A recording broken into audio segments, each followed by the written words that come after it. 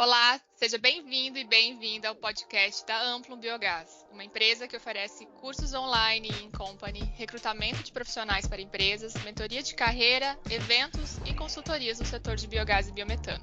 Eu me chamo Leidiane Ferronato Mariani, sou engenheira ambiental e doutora em planejamento de sistemas energéticos e uma das sócias fundadoras da Amplum Biogás. Se quiser saber mais sobre a empresa e nossos cursos, acesse www.amplumbiogas.com.br ou busque nas redes sociais por @amplumbiogas.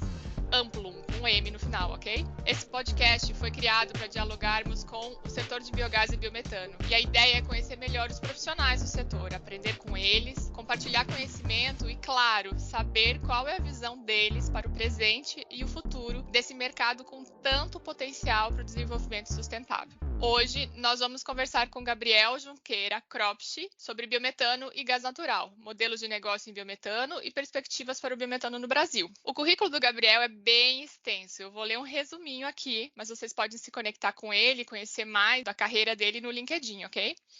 O Gabriel é formado em Administração de Empresas pela PUC do Rio de Janeiro, tem MBA pela COPEAD da UFRJ, tem formação para conselheiros em Gestão Estratégica e Governança Corporativa pela FGV e é alumni do programa Owners Presidents Management da Harvard Business School. Desenvolve atividades na área de comércio exterior, produtos e serviços para a indústria de petróleo e gás desde 1991, em empresas como Trump Oil, World Fuel Services, Terrana, Aspro e Neogás. É sócio e conselheiro da Sinergás, com S no início, viu? Para quem quiser buscar na internet. É provedora de soluções integradas para infraestrutura de tratamento, compressão e revenda de gás natural e biometano. É também diretor executivo do Comitê Nacional do GNV e vice-presidente da Biogás, Associação Brasileira de Biogás. É investidor e conselheiro de startups nas áreas de lubrificantes, logística reversa de embalagens, mídia e entretenimento. É isso aí, gente. Esse é o currículo do Gabriel. Gabriel, seja bem-vindo ao podcast da Amplum Biogás. É uma alegria para nós recebê-lo aqui. Obrigado, Leidiane. Prazer é todo meu, com certeza.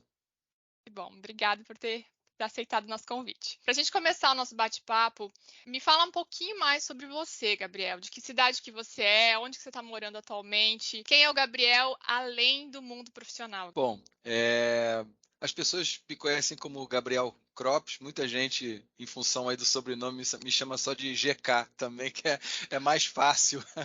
Sim. Mas então sou aqui do Rio de Janeiro, nascido, criado, vivo ainda no Rio de Janeiro. Na verdade, eu nasci em Laranjeiras, depois me mudei para o Catete, para o Flamengo. Então, quem é do Rio, assim, cara, eu tô sempre aqui na mesma área, entendeu? O meu negócio é o Largo do Machado, é a Praça São Salvador. Isso aqui é o meu métier, entendeu? Mas Legal. não sou tricolor. Moro do lado do Fluminense, mas não sou tricolor. Mas Tá tudo bom. bem. Obrigada, Gabriel, por falar um pouquinho mais de você. E me explica assim, como foi que você chegou nesse mundo de biogás? Qual que foi a tua trajetória até descobrir o biogás e começar a investir mais do seu tempo nisso? Na verdade, foi o mundo do biogás que chegou até a minha empresa. Eu trabalho nessa área de gás natural já desde o comecinho do programa do gás, né? Então ali 92, 93, as primeiras iniciativas, né, de inserção do gás natural na matriz energética brasileira.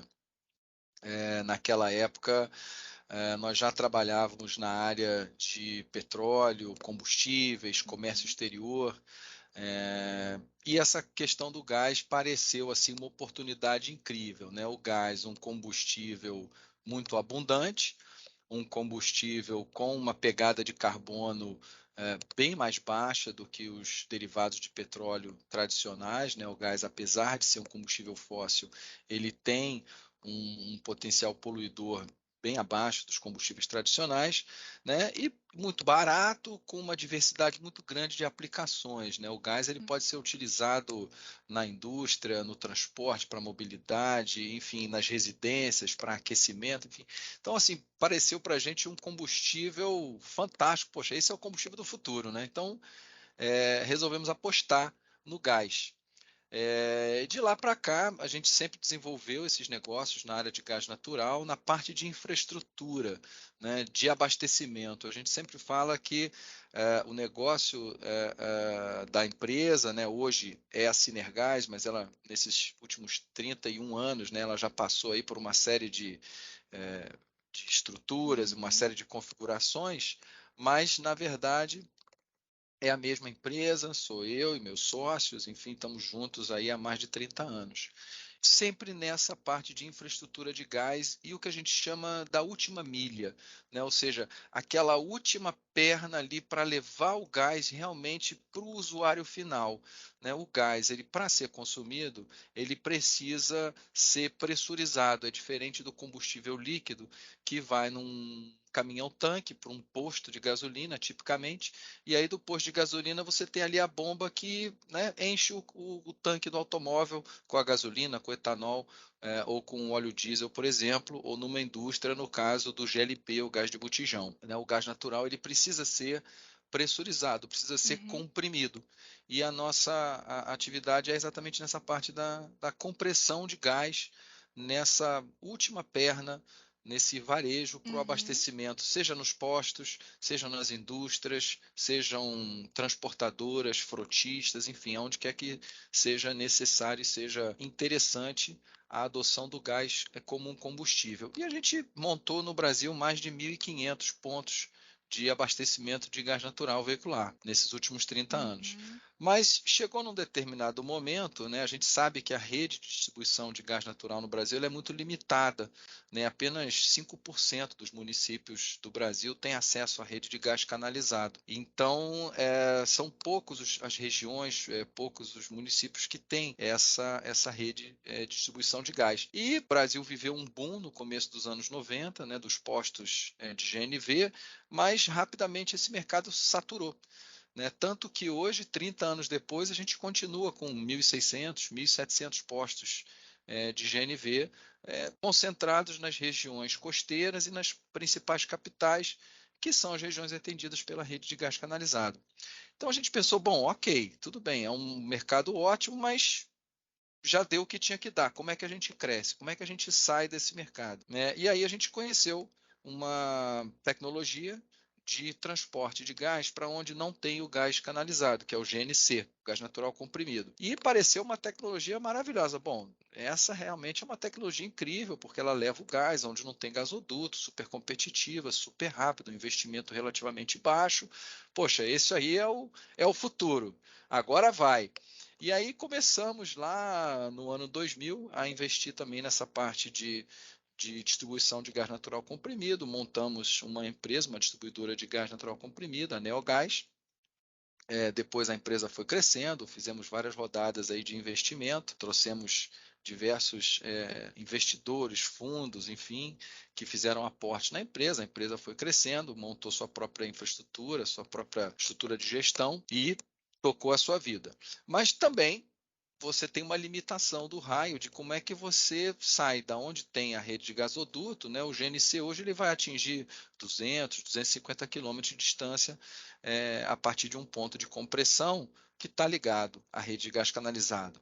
E é um mercado também que meio que saturou. Poxa, mas e aí, como é que a gente faz? Né? Tem que ter mais gás, não tem mais gás. Então a gente começou a pensar, bom, como é que a gente consegue novas fontes de gás? E aí nós fomos abordados por um grupo de profissionais que vinha com essa ideia maluca de fazer o gás do lixo, né? O gás do resíduo orgânico. Mas pô, que conversa doida é essa? Como é que funciona esse negócio?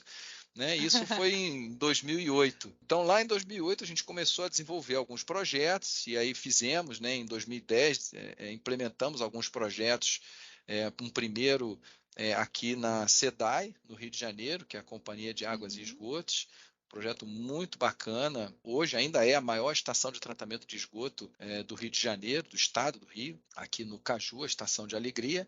E depois fizemos um projeto para uma empresa privada também no interior de São Paulo, um frigorífico gigantesco que tinha uma quantidade enorme de biogás sendo gerado lá por biodigestores e queria aproveitar aquela energia, né, aquela fonte. Então fizemos esse projeto também, mas um negócio muito complicado, porque não tinha legislação, né? A gente fala, era tudo mato, né? Então queríamos vender o biogás, tá ótimo, mas o que é biogás? Como é que eu tiro uma nota fiscal de biogás? Qual é a NCM do biogás? Ninguém sabia. Aí fomos perguntar para o governo também não sabia o que era biogás. Uhum. Aí, será que precisa de autorização para fazer o que a gente está fazendo? Aí fomos na Agência Nacional de Petróleo.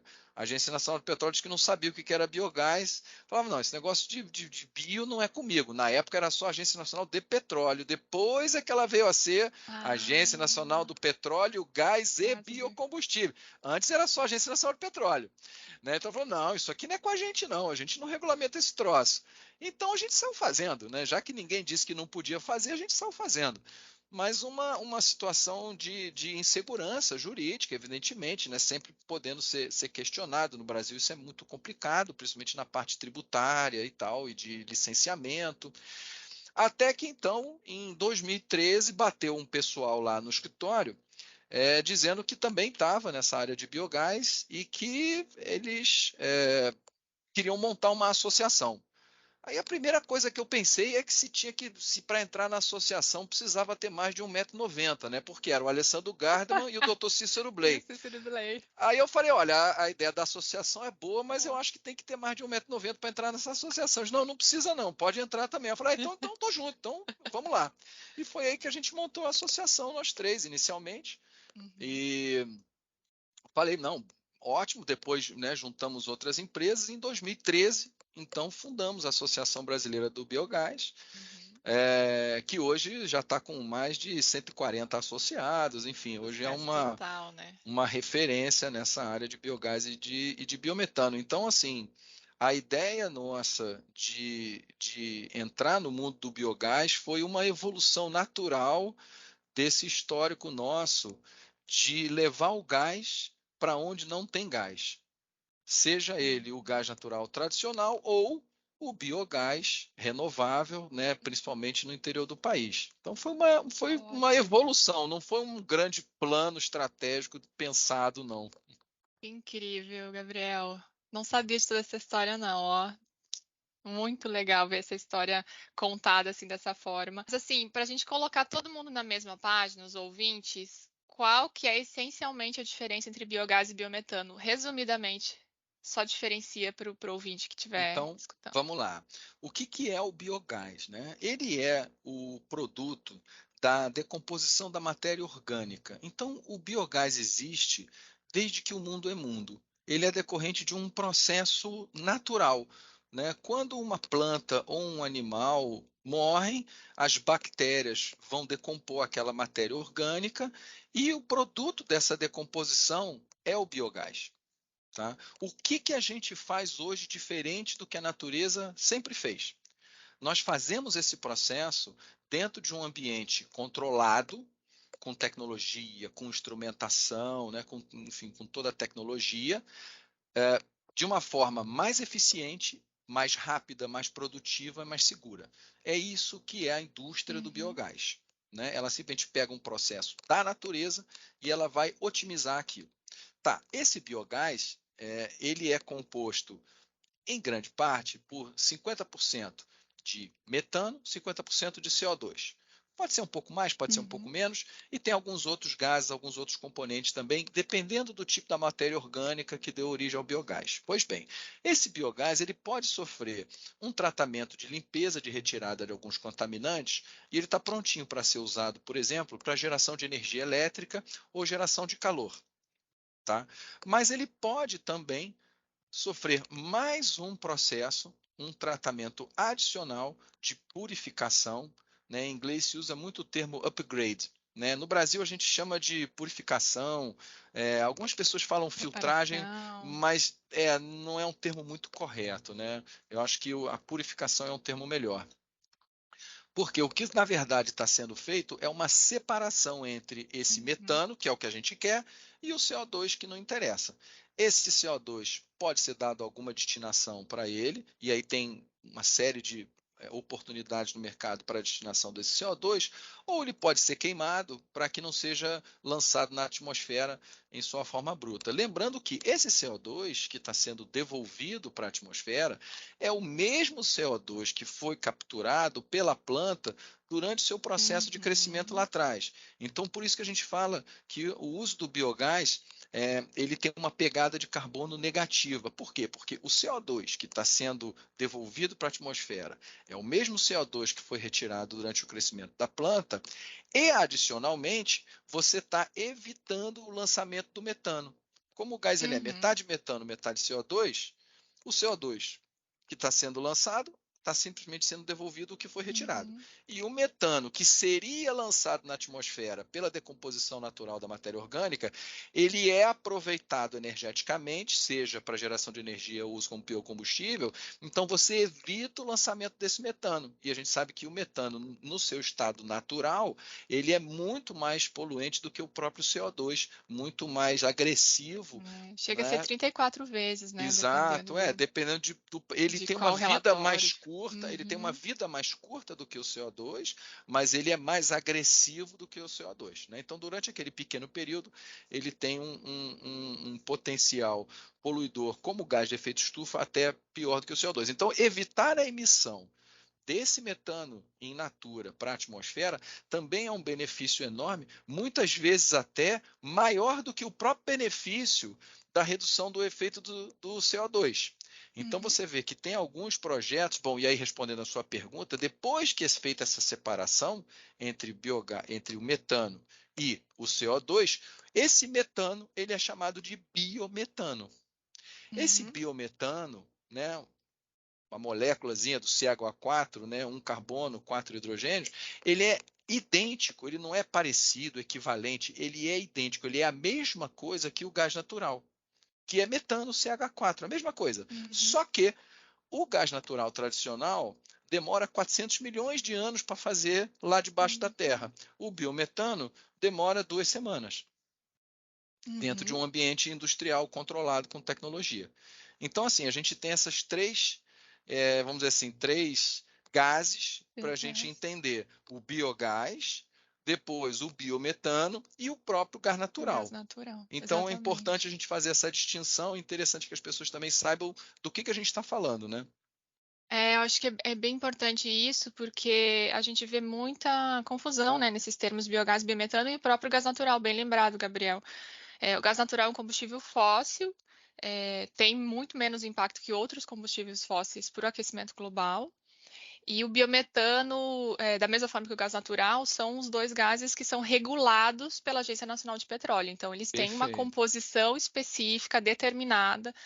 Então, para o biometano ser similar, enfim, poder ser misturado com gás natural, né, Gabriel, ele precisa cumprir uma certa exigência de composição da Agência Nacional de Petróleo, certo? E isso é fundamental. Isso é fundamental porque em 2017 isso foi um trabalho da própria Associação Brasileira do Biogás, muito forte, inclusive em parceria com a ABGás, que é a Associação das Companhias Distribuidoras de Gás Canalizado, né, para chegar num consenso de qual seria essa especificação do biometano que seria equivalente à do gás natural tradicional. Então, hoje, qualquer produtor de biogás, se ele fizer o correto tratamento, a purificação do biogás para a produção de biometano, e esse biometano atingir todos os níveis de qualidade que são determinados pela Agência Nacional de Petróleo, esse biometano, independentemente da sua origem, da matéria orgânica que deu origem,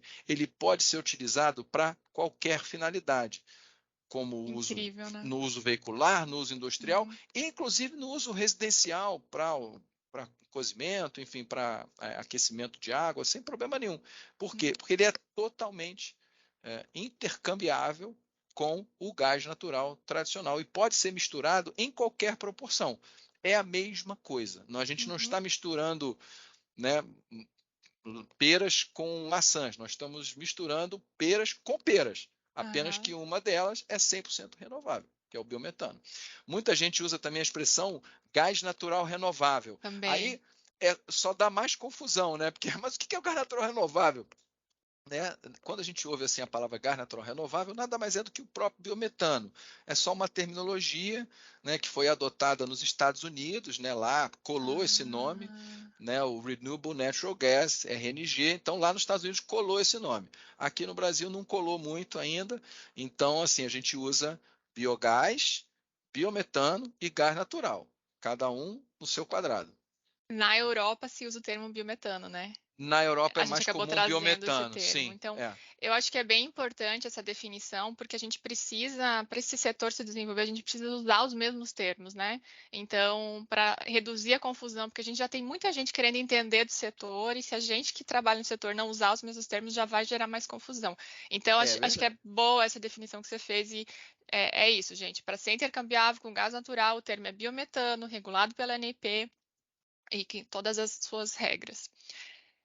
Gabriel, e por que que a gente, você já deu umas dicas do porquê que a gente está falando tanto de biometano nos últimos anos, e eu tenho a percepção que, assim, parece que foi no último 1 ano, 2 anos que o termo realmente estourou. A gente está ouvindo falar muito, várias manchetes de jornal, reportagens, é, e muitas grandes empresas consumidoras de gás também, de logística, mas também na indústria, buscando esse tema, né? Você vê até nos eventos Uhum. da biogás, assim, muitos grandes consumidores em busca.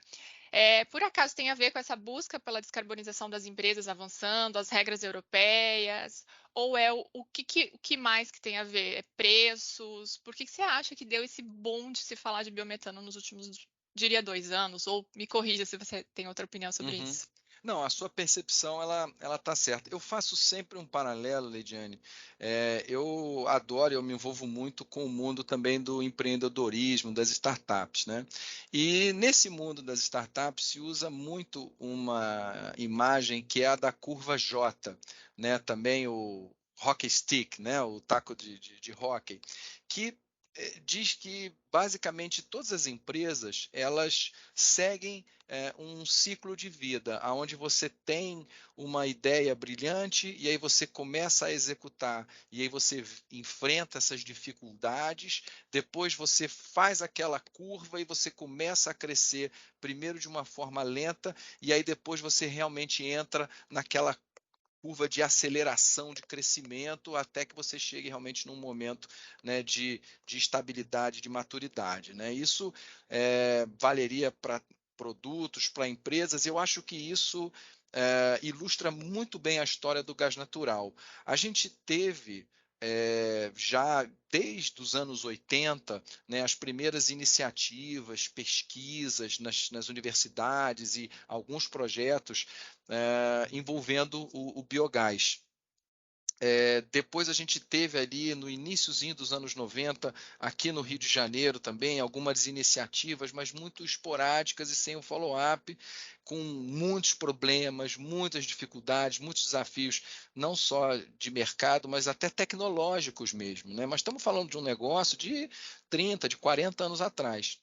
Eu acho que a gente passou por um momento já dessa inversão, desse início de crescimento, né? E eu tenho certeza que a constituição da Associação do Biogás foi fundamental para isso.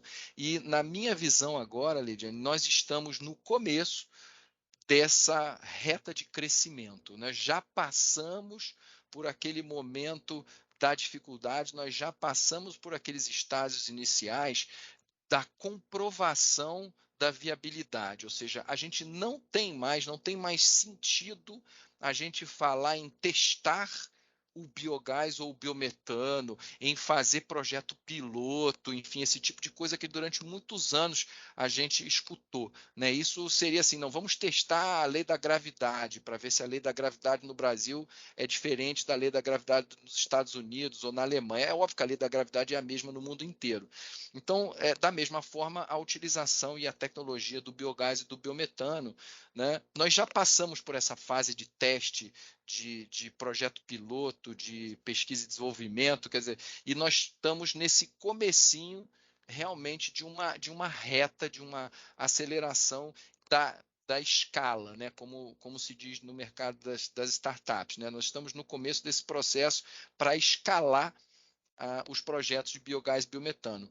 Por isso é que a gente está ouvindo falar muito, né? Agora, isso não aconteceria se não fossem todos esses anos que a gente passou das primeiras ideias, do desenvolvimento dos primeiros projetos, das frustrações, né, dos insucessos, das dificuldades, enfim, de todos os desafios que a gente passou, que hoje isso realmente, na minha visão, claramente está para trás. Hoje não há mais o que se falar em termos, né, de questionar a viabilidade, seja técnica, seja econômica e muito menos ambiental, do biogás e do biometano. Então, realmente a gente está ouvindo, parece que de um ano para cá, de repente, surgiu do nada, da noite para o dia, né? Só que é aquela história, o biogás e o biometano demoraram 10 ou 20 anos para se tornar uma realidade da noite para o dia. Ótimo, é. Não, é bem importante isso que você falou também dos fracassos e insucessos. Isso E tem valeria, bastante, né? valeria outro podcast só sobre isso, mas assim, é bem importante a gente olhar para essa história e olhar para a história também desses insucessos, desses fracassos, que no fundo é aprendizado, né? Não tem como Ninguém a gosta de gente. falar, né? Só fala das Ninguém pingas gosta que de toma, não falar. fala dos tombos, né? Então, assim, É, tem muito tombo. tem muito tombo, tem muito pioneirismo, assumir riscos, né? Para a gente ter chego agora. O que eu venho percebendo também é que eu acho que a gente chegou num ponto que existe uma demanda por esse gás verde, né? Vou chamar Uhum, biometano, certinho o nome, é, por todas essas mudanças que a gente vem vendo no mundo, né? A busca pela descarbonização, as empresas buscando net zero. uhum, Então, você acha que também, estou insistindo um pouquinho para tirar de ti, não tem também uhum. um ponto de todo esse trabalho incrível que foi feito de desenvolver esse produto, né, todo o processo de inovação, mas também não tem a ver com o momento do mercado que está demandando esse produto, Gabriel? Tem, Ou eu estou acho que errada? não tem dúvida que esse é uma macro tendência, né? Não é no Brasil, isso é no mundo inteiro, e a gente tem visto isso, Leidiane, não só de empresas multinacionais, essa demanda, mas de empresas brasileiras também. Então, só para te Ai, dar que um bom. exemplo, nós tivemos uma reunião com a Associação dos Produtores de Cerâmica, né, que é um mercado gigantesco no Brasil, de exportação. E hoje os compradores dessa cerâmica brasileira lá fora, principalmente na Europa, querem saber como foi feita aquela cerâmica. Por quê, né? Não sei se todo mundo sabe, né? O processo de fabricação da cerâmica consome muita energia, né? Então, são segmentos chamados energointensivos, intensivos em energia. Então, você tem tipicamente mineração, siderurgia, papel, celulose, cimento, vidro, cerâmica, né, metalurgia, então todos esses segmentos, né, o pessoal fala que é uma latinha de refrigerante, uma latinha de alumínio, na verdade ela tem 10% de alumínio, 90% é energia, que foi o que ela consumiu para Nossa, transformar aquele minério, do jeito que ele sai da terra, para aquela latinha bonitinha, né, brilhosa que a gente toma um uhum. refrigerante ou a cerveja. Então, assim, da mesma forma, o vidro, a cerâmica, o papel, o cimento, né, toda a indústria metal mecânica consome muita energia. E hoje, os compradores desses produtos de exportação brasileiros querem saber o seguinte: beleza, legal, sua cerâmica é maravilhosa, seu vidro é excelente, como é que você produziu isso aqui? Qual é a pegada de carbono desse produto? Né? E não adianta mais as empresas colarem o selinho com a folhazinha dizendo que aquilo ali é verde, é sustentável. Esse selinho, que às vezes a gente ainda vai no supermercado e vê uns produtos, né? Ah, é orgânico, sustentável, é ESG. Aí bota uma folhinha verde assim na embalagem. Aquilo ali nada é a mesma coisa. Qualquer comprador qualificado hoje sabe que aquilo ali não significa nada. Aquilo ali é puramente uma jogada de marketing, né? Então, o que realmente está por trás? Qual é, né, o ciclo de vida daquele produto, como que ele foi fabricado, né? E as empresas hoje, se elas quiserem, as empresas brasileiras, se elas quiserem se estabelecer nesse mercado internacional Uhum. e não perder a posição que nós conquistamos a duras penas, elas vão ter que demonstrar que esses produtos são fabricados através de processos sustentáveis com a utilização de energia renovável. senão elas vão perder mercado. Então, Então, existe realmente essa demanda. É lógico que essa demanda começa das grandes empresas, mas ela vai chegar no nosso dia a dia, todas. como a gente vê em vários lugares do mundo, que inclusive nas residências as pessoas podem escolher, né, o fornecedor de energia elétrica. Hoje no Brasil, tipicamente, nas nossas casas, a gente recebe todo mês a nossa conta de energia, né, da concessionária local ali do nosso estado. Em muitos países do mundo, né, as pessoas podem, através do próprio celular, escolher de quem que elas querem comprar energia. Da empresa A, B ou C, uma energia mais fóssil, mais renovável, menos renovável. Você escolhe isso e você fica ali olhando, inclusive com preços diferentes, com precificações diferentes. Né? E da mesma forma que isso é uma realidade no mercado de energia, vai ser também no mercado de gás e de biogás. Né? Então, isso hoje no Brasil já acontece para grandes indústrias. As grandes indústrias, elas hoje já estão no chamado mercado livre de energia, onde elas podem escolher de quem ela vai comprar, de quem elas vão comprar a sua energia, mas a ideia é que isso vá chegando cada vez mais em empresas menores, comércios, até o consumidor final. E da mesma forma, o mercado de gás também está caminhando nessa direção do mercado livre, para que as empresas consumidoras também possam escolher de quem elas querem comprar o gás. E se esse gás ele vai ser mais ou menos renovável.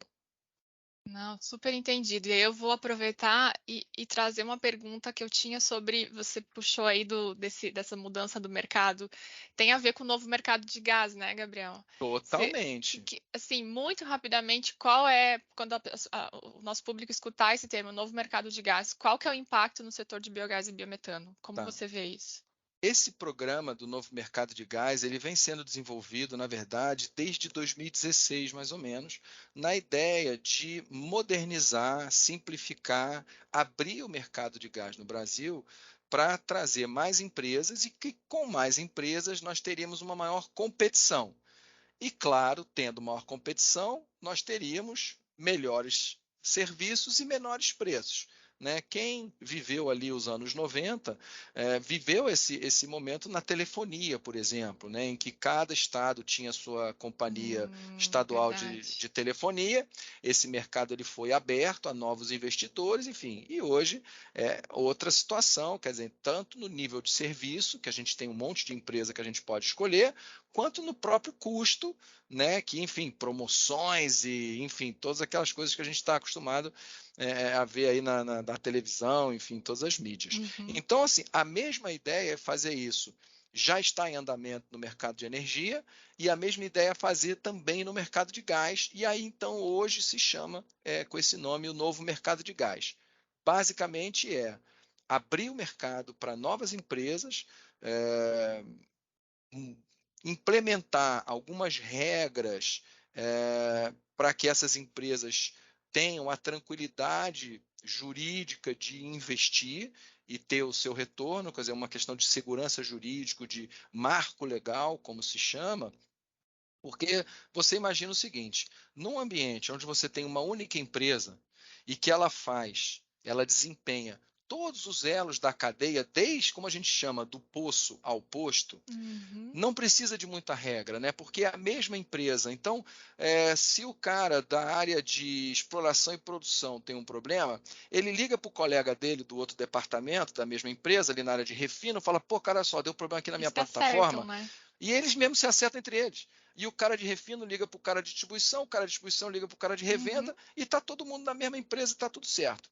A partir do momento que você quebra essa cadeia e você divide esses elos de suprimento em empresas diferentes, você tem que ter regras. Quer dizer, como é que o sujeito da distribuição fala com o sujeito do transporte? Como é que o sujeito do transporte fala com o sujeito da produção? Né? Como é que essas empresas se relacionam?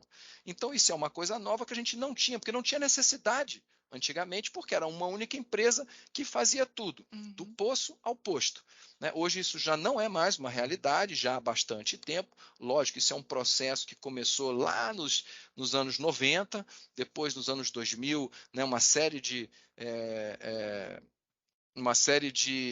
regras que foram implementadas pela Agência Nacional de Petróleo e alguns outros órgãos de controle, mas enfim, a gente está vivendo essa transformação.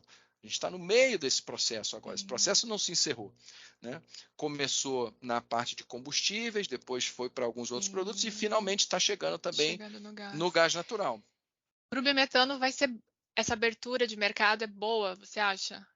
Acelera o processo de É desenvolvimento do fundamental biogás, do pelo biometano? seguinte, vamos lá, como a gente falou, o biometano, a partir do momento que ele é produzido em acordo com os critérios de qualidade, com a especificação, como a gente chama, da Agência Nacional de Petróleo, esse biometano, ele é absolutamente idêntico, ele é intercambiável com o gás natural, inclusive juridicamente, não só tecnicamente, mas juridicamente também.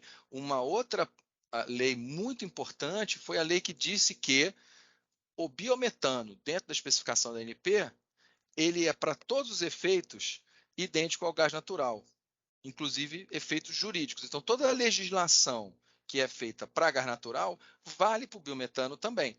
Então, tudo que a gente fala aqui de acesso à infraestrutura de transporte, redes, né, de gás canalizado, mercado livre, tudo isso que é essa legislação para o gás natural, ela vale também para o biometano, desde que o biometano atenda à especificação da ANP. Então, isso é excelente, por quê? Porque cria um canal, cria um leque de opções para o produtor de biometano também.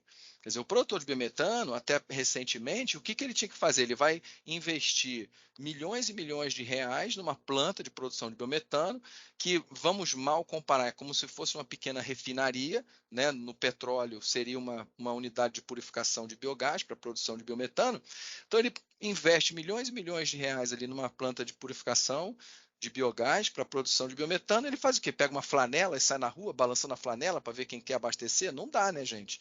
Então, assim, tem que ter um arcabouço legal, né? E quanto mais opções esse produtor tiver, melhor. Então, uma coisa é você ter a sua unidade de produção e você vender para quem está ali do seu lado, indústrias, postos de GNV, eventualmente, quem sabe, uma transportadora.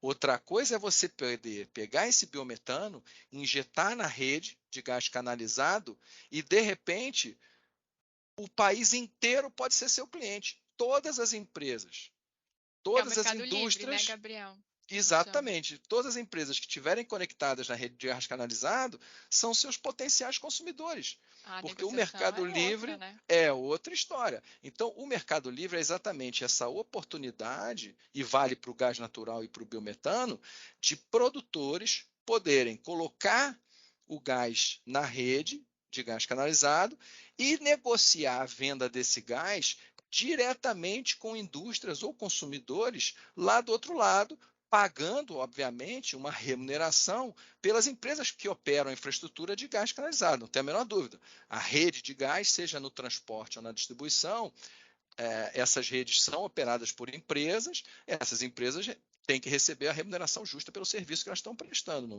não há a menor dúvida, não é de graça. Mas a Legal. negociação de venda do gás, ela pode ser feita diretamente do produtor para o consumidor final. Agora, também acontece, né, da criação, como aconteceu já no mercado de energia e é uma oportunidade no mercado de gás, do surgimento de empresas comercializadoras de gás. O que são as empresas comercializadoras de gás? Elas compram o gás dos produtores e elas vendem esse gás para os consumidores finais. Uhum. Né? Ótimo. Gerando Agregando, mais capacidade, gerando tendo mais mais capacidade de negócios, negociação. agregando serviços, Uhum. eventualmente financiamento, enfim, aí tem várias estratégias de mercado que essas comercializadoras elas podem se E estabelecer, mas é todo um mercado, todo um negócio que se cria, aonde antes era tudo feito por uma empresa só.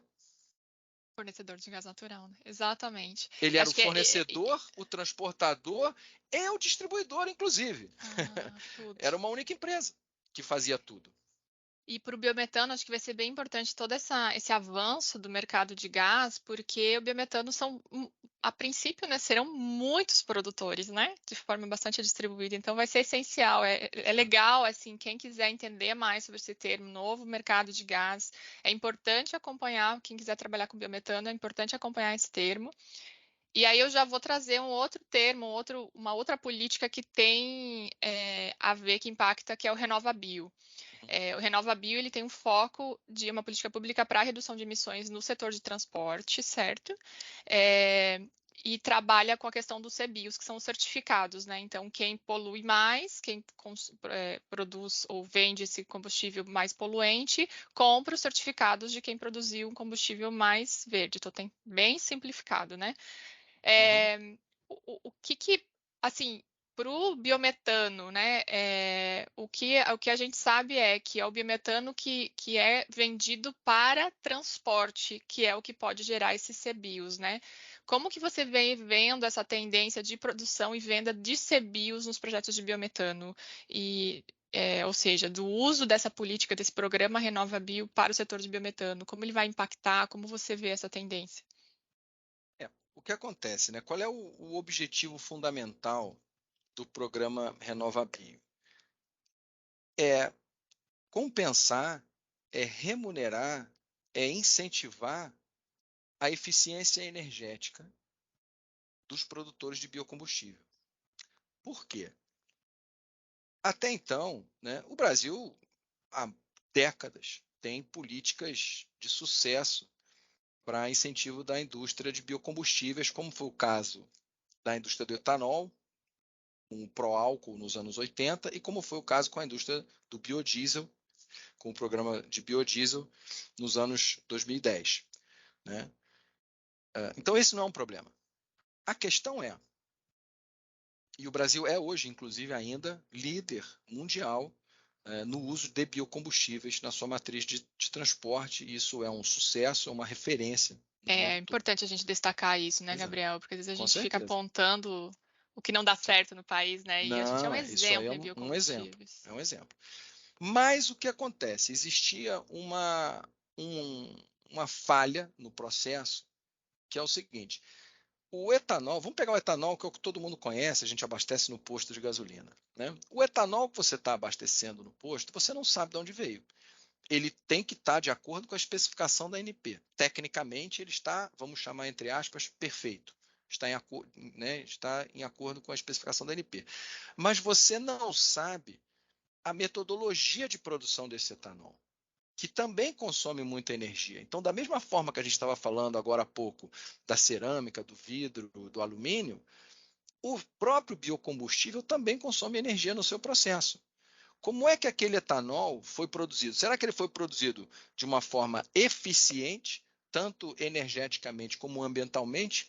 Ou será que ele foi produzido de uma forma ineficiente, com muito desperdício, utilizando uma tecnologia antiquada? Quer dizer, na verdade não interessa. Todo ele é igual, porque está dentro da especificação da ANP, e ele tem o mesmo preço. Você está pagando o mesmo preço pelo etanol, seja ele produzido eficientemente ou não.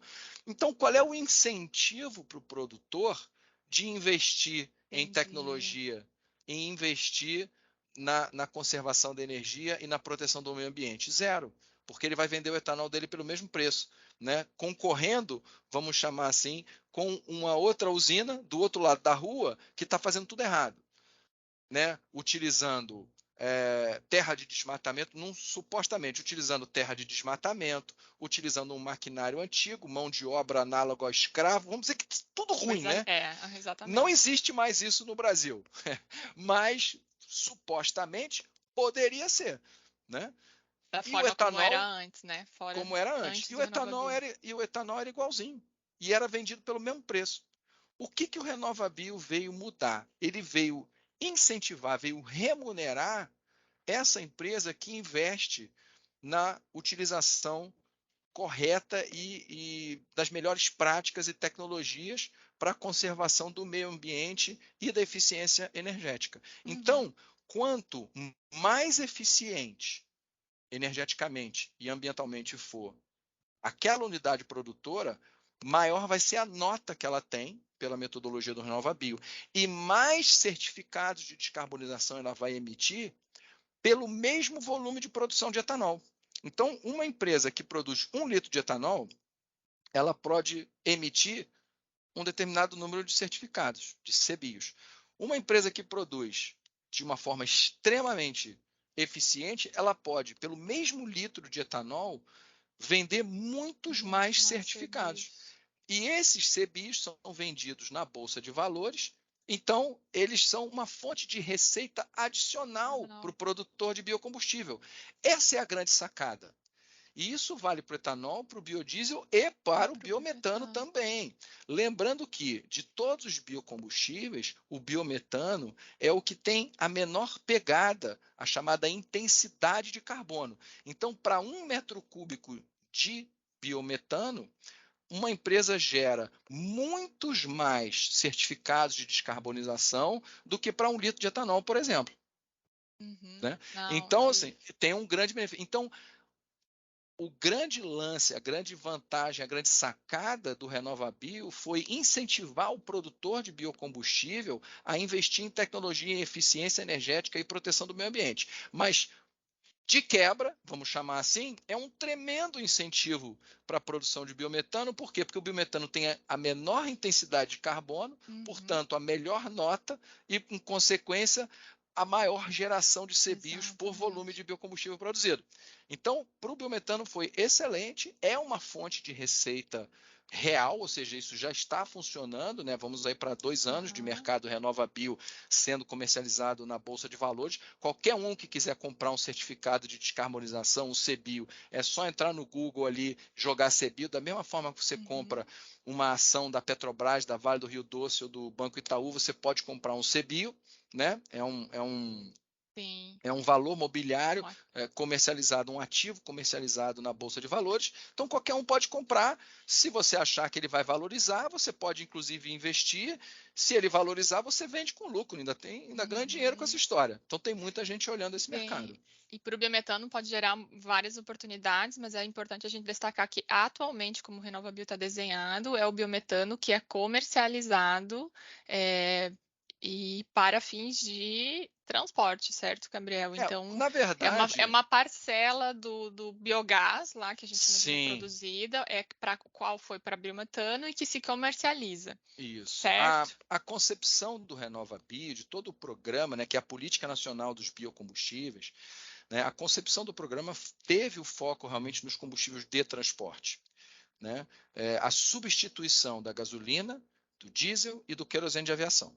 Esse foi o objetivo do RenovaBio, ou seja, uma E maior tem muita substituição. lógica, porque é onde tem a maior diferença Isso, começou por aí, maior claro. impacto, né? Exatamente. Então, hoje esse é o segmento. Mas, por exemplo, a gente tem conversado muito, né, com o Ministério de Minas e Energia e com outros órgãos da administração federal sobre a ampliação do escopo do RenovaBio, por exemplo, para os combustíveis industriais. Ótimo. Né, que isso hoje não existe, eventualmente para o setor elétrico, porque isso hoje também não existe. Né? Então, tudo aquilo que eu falei sobre a competitividade das energias renováveis, hoje elas não têm uma precificação, ou seja, o investidor não recebe uma remuneração pela produção de energia renovável quando comparado com a produção da energia fóssil tradicional, né? Não, e acho que assim, aí eu já queria trazer outra pergunta que eu tenho para ti, que é sobre preços de gás de biometano, né? A gente vê assim, muita gente me pergunta, né? Provavelmente também muita gente pergunta quanto custa para comprar, quanto custa para produzir, qual que é o preço de venda.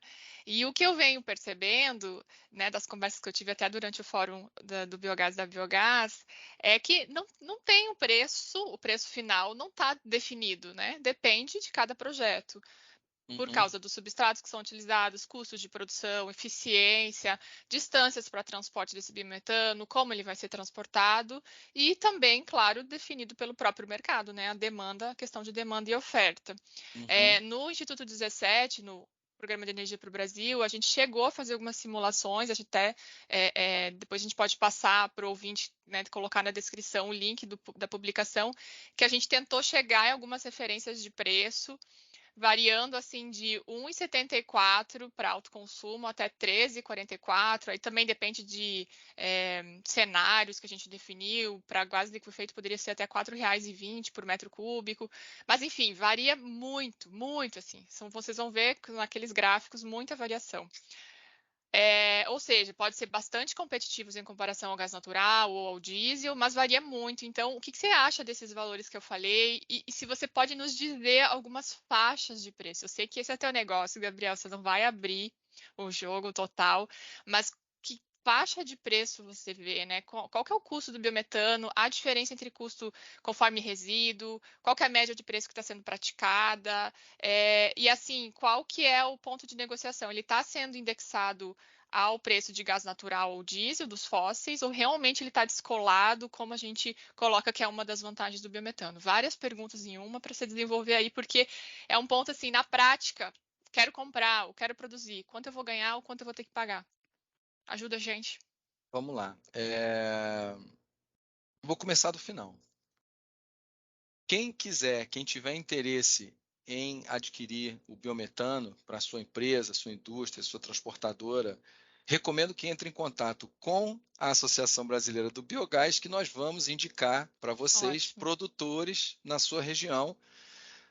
A associação não é uma comercializadora, então nós não vamos fazer esse trabalho, mas nós vamos sim indicar quem são os produtores. A gente tem hoje na associação um mapeamento de todos os produtores de biogás. Os produtores são associados, estão juntos com a gente. Então nós temos um maior interesse em promover, né, em fazer esse matchmaking aí. Eu brinco que a gente é o Tinder do biogás, né? Então quem quiser é só falar lá com a gente que a gente vai apresentar. Match. Vamos fazer esse match aí, não tem problema nenhum. Agora, a negociação de preço, aí é cada um com o seu cada um, né? Vai negociar ali diretamente com o produtor. Eu acho que é importante, Lidiane, a gente diferenciar assim, existem dois conceitos que no Brasil a gente, por uma questão estrutural, a gente mistura, que é custo e preço. São coisas absolutamente diferentes e que, inclusive, uma não tem absolutamente nada a ver com a outra. A gente ainda acha no Brasil que o preço ele tem a ver com o custo.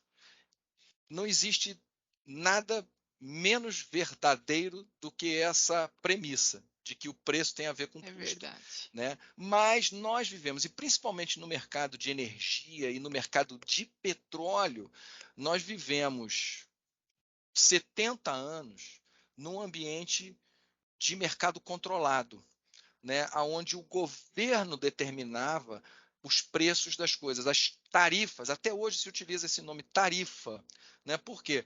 Porque é um preço controlado pelo governo.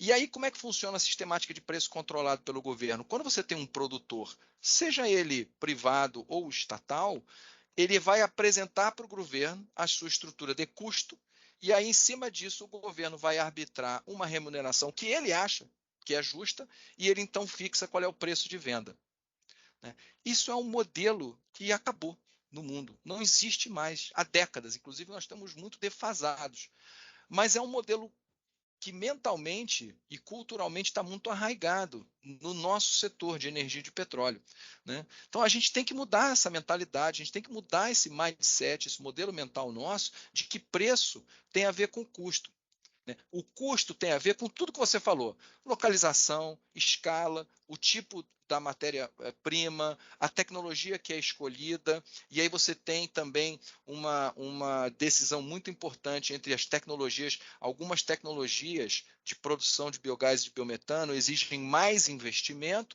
mas elas têm um menor custo operacional. Outras tecnologias têm talvez um menor custo operacional, um menor investimento, desculpe, mas um maior custo operacional.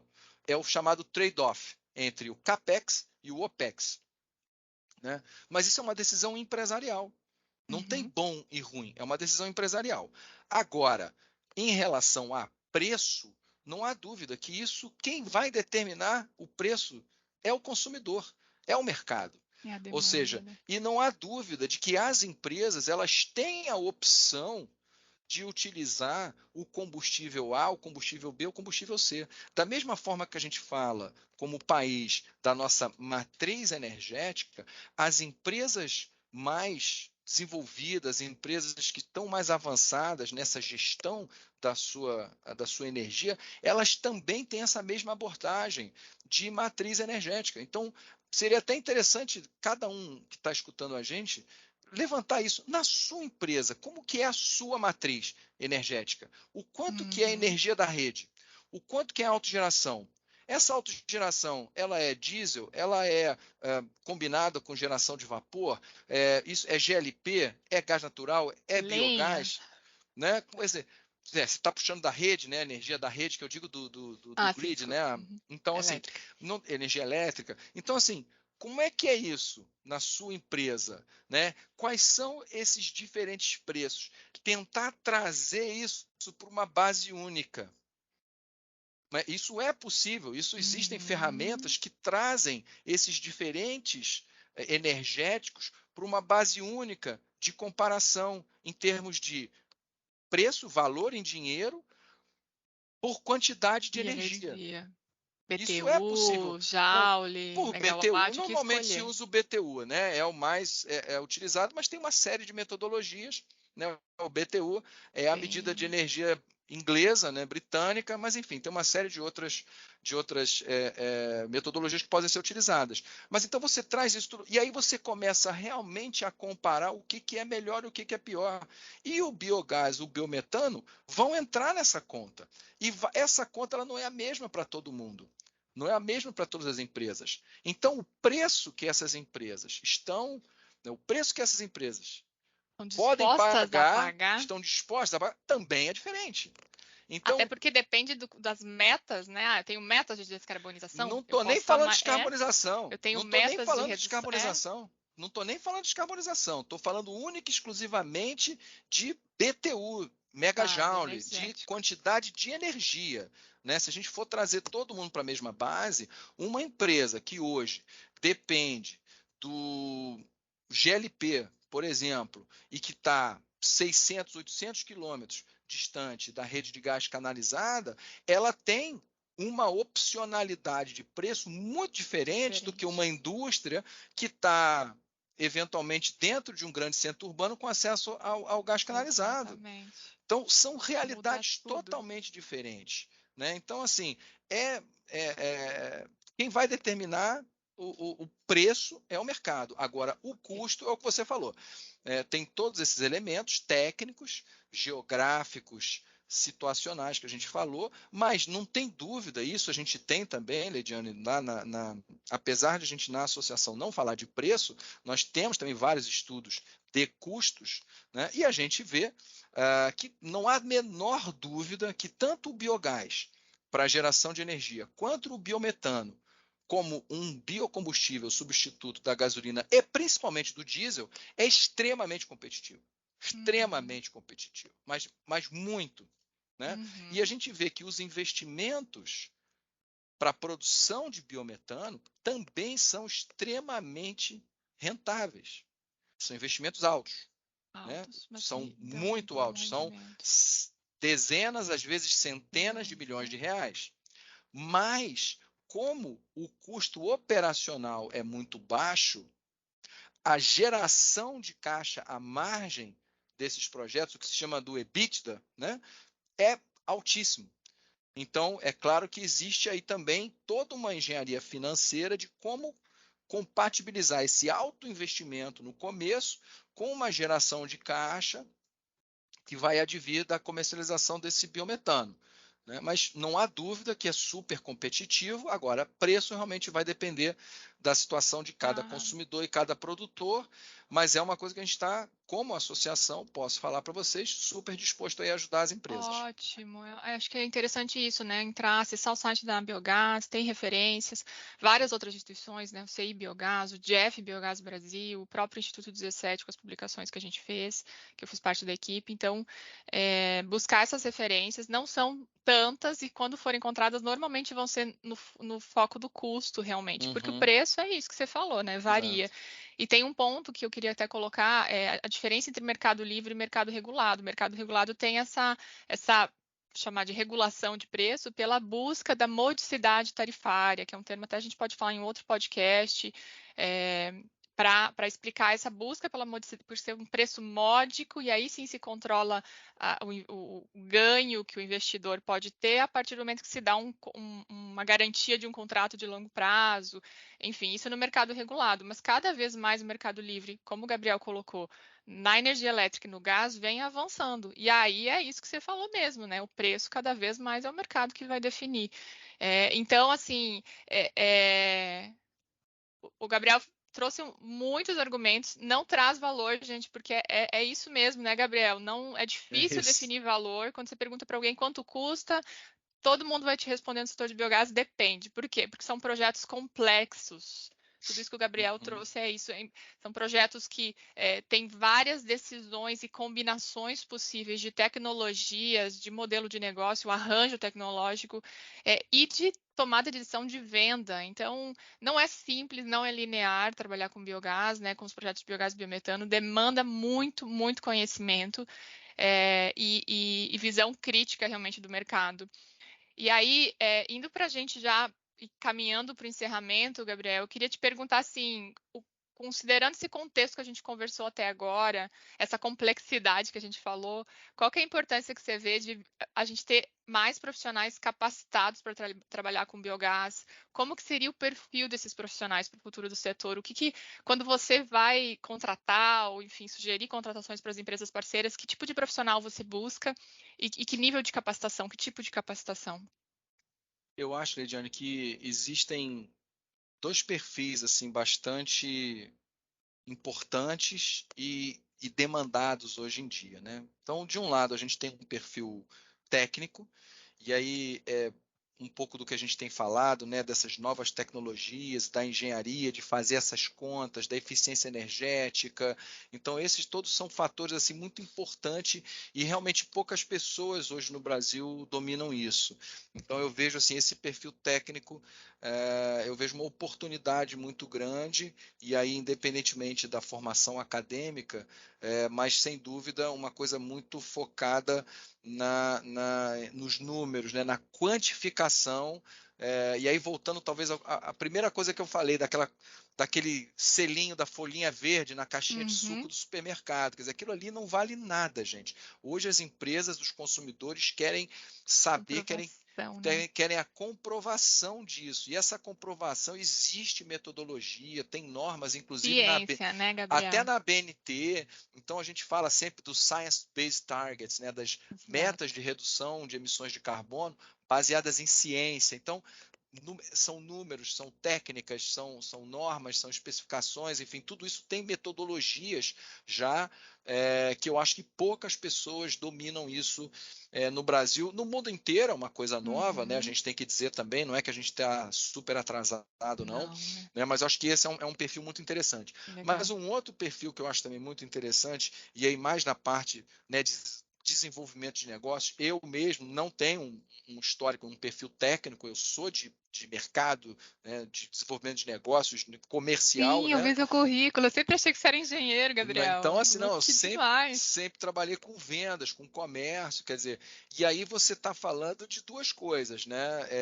Pessoas, claro, e aí você entender quais são as percepções e entender quais são, às vezes, até as visões e os critérios de decisão, quais são os problemas, né, que a empresa está enfrentando, para que você, e aí sim na sua empresa, possa tentar apresentar soluções e não chegar mais com aquela pastinha debaixo do braço, com vários panfletos, com vários tipos de Uhum. equipamentos. Olha, qual que você quer? Isso acabou, isso não existe mais, né? Então, assim, eu sou um apaixonado pelo assunto de vendas, né? Da área comercial, mas eu vi e vivi essa mudança desde o início dos anos 90, quando eu comecei a trabalhar, né? Do vendedor de pastinha, de panfleto debaixo do braço, para uma venda técnica, uma venda consultiva, uma venda que, na verdade, é entender o problema do cliente e voltar para dentro da empresa e falar, gente, olha só, como é que a gente soluciona o problema desse cliente? Então, acho que esse perfil de desenvolvimento de negócio, de de tentar entender o problema do cliente. Esse eu acho que é um perfil também muito, muito difícil. E, de novo, não é uma questão no Brasil, isso é uma questão que é discutida no mundo inteiro, né? Enfim, sempre vamos precisar da área comercial. Todas as empresas, por mais online que seja, elas sempre vão precisar da área comercial, mesmo que seja, né, para comercialização ali com canais de distribuição online, etc, etc. Mas essa função comercial na empresa, ela mudou muito. Ela é uma função de desenvolvimento de negócio, de juntar pontas, de estruturar modelos de negócio. Acho que grande parte Conectar essas pontas, conectar né? os pontos, Ter né? uma. Então, assim, Eu acho isso, que esse é o exatamente isso. ponto. É um profissional interdisciplinar, né, Gabriel, que você está colocando. Tem que ser, Multidisciplinar, não tem jeito. multi e inter. É conversar com vários, né? É. Não adianta entender só de energia elétrica, porque um projeto de biogás pode ser que seja mais viável para biometano. Então, esse Exatamente. profissional que vai desenvolver, é bem interessante esse perfil desse profissional que você vê essa necessidade não só no Brasil, mundialmente. E aí a importância a gente espera assim, que realmente com esse podcast a gente traga esse conhecimento para os profissionais terem mais essa visão mais completa do sistema como um todo, né? E trazer soluções melhores. Muito legal. Gabriel, para encerrar agora, realmente, eu queria te pedir uma recomendação para os nossos ouvintes. Pode ser livro, vídeo, filme, podcast, enfim, algo que você acha assim que você quer recomendar para quem quer entender mais o setor de biogás ou se capacitar como profissional mesmo. Você falou, por exemplo, muito de vendas, né? E já aproveita e deixa a tua mensagem final para o ouvinte do podcast. Bom, a primeira recomendação é entrar no site da Biogás, Ótimo. abiogás.org.br, e você pode se cadastrar e receber as informações, as atualizações, tudo que está acontecendo, as novidades, os projetos, os eventos, né? E a partir daí já está mais inteirado com o que está acontecendo no mundo do biogás. Então, essa é a primeira recomendação. Mas eu gostaria de recomendar também, Lidiane, assim, acho que além do mundo do biogás, eu acho que a gente discutiu muito essa questão também dessa demanda que existe no mundo e nas empresas pela descarbonização. E eu acho que existe uma compreensão muito errada do que é essa demanda da descarbonização. Muita gente ainda acha que nós temos que salvar o planeta, né? Quando, na verdade, o planeta vai muito bem, obrigado. O planeta não está ameaçado. O planeta está aqui, né, há 1,5 bilhão de anos. Ele vai continuar aqui. Eu garanto a vocês que o planeta não vai a lugar nenhum. Ele vai continuar aqui depois que todos nós tivermos ido embora. Quer dizer, quem está ameaçado não é o planeta, quem está ameaçado somos nós. Quem está ameaçado é a humanidade. Né? Então, assim, mas ainda existe essa ideia de que a importância, né, da proteção do meio ambiente é uma questão de salvar as baleias, ou abraçar a árvore, ou salvar o planeta, e não é nada disso. Nós estamos falando da nossa própria sobrevivência, tanto no nível individual quanto nas empresas. E a sobrevivência das empresas, ela vem de uma única coisa, que é o lucro. Não existe outra maneira. Só que esse lucro, ele tem que ser no longo prazo. Não adianta você fazer ações para, enfim, ter lucro no curto prazo ao custo de um prejuízo que você vai causar no longo prazo. E esse prejuízo no longo prazo, ele tem 3 grandes vertentes que podem te dar um prejuízo e que vão quebrar a sua empresa. Um problema ambiental, um problema trabalhista, ou dentro do seu ambiente, da sua comunidade que você está, né?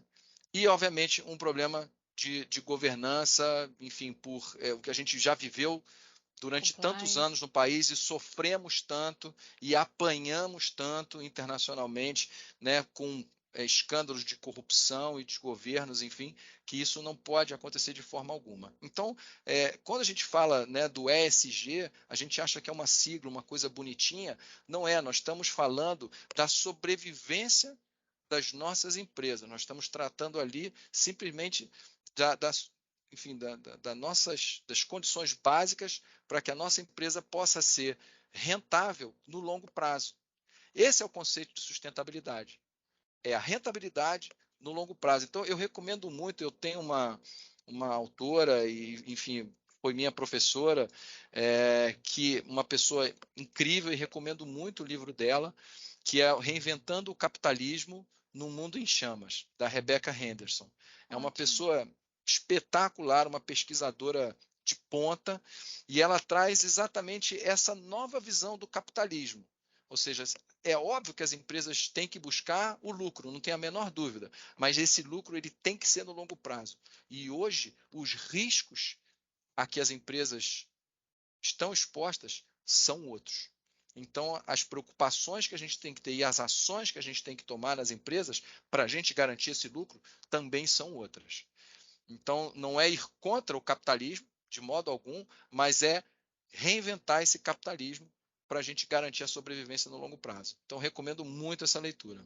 Perfeito, obrigada, Gabriel. Mensagem final já foi essa Já também? fica a minha mensagem final, sempre já está Foi aí. linda, ótima mensagem. Gente, esse é o ponto. ESG é a gente trabalhar meio ambiente, o social e a questão de governança de forma muito séria, né? Para isso, sobrevivência da humanidade. Falou muito bem, Gabriel. Gabriel, a gente agradece imensamente sua participação no podcast da Amplum Biogás, toda essa troca de conhecimento e experiência que a gente teve aqui nessa 1 hora e 15 minutos. Eu queria também deixar, então, repetir, gente, para saber mais do Gabriel, acessem o LinkedIn dele, né, Gabriel Kropsch, se eu estou pronunciando certo.